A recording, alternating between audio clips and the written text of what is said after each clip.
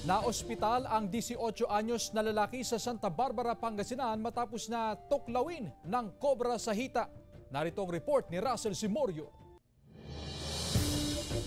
3 araw na natili sa ospital ang 18 anyo sa si Jerome matapos matuklaw ng kobra sa barangay Matik-Matik, Santa Barbara, Pangasinan. Agad siyang tinurukan ng anti-venom. Kwento ni Jerome, papunta siya noon sa tindahan para bumili ng sigarilyo nang aksidente niyang maapakan ang ahas. Napakan ko yung ahas, pumulupot sa binti ko, tapos tinuklaw po ako.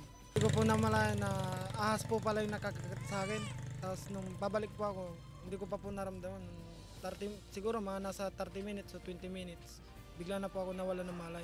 Ayon sa kapatid ng biktima, walang malay si Jerome nang itakbo sa ospital. Nangitim na rin daw ang katawan, kaya itinuturing nilang himala ang pagkakaligtas niya sa tuklaw ng kobra. Ano naman po, sabi niya, observation lang naman daw po. At saka parang hindi naman na siya nakakitaan ng signs na may ano mo talaga, yung naanahan siya ng kamandag. Kasi oo, naturukan po agad siya.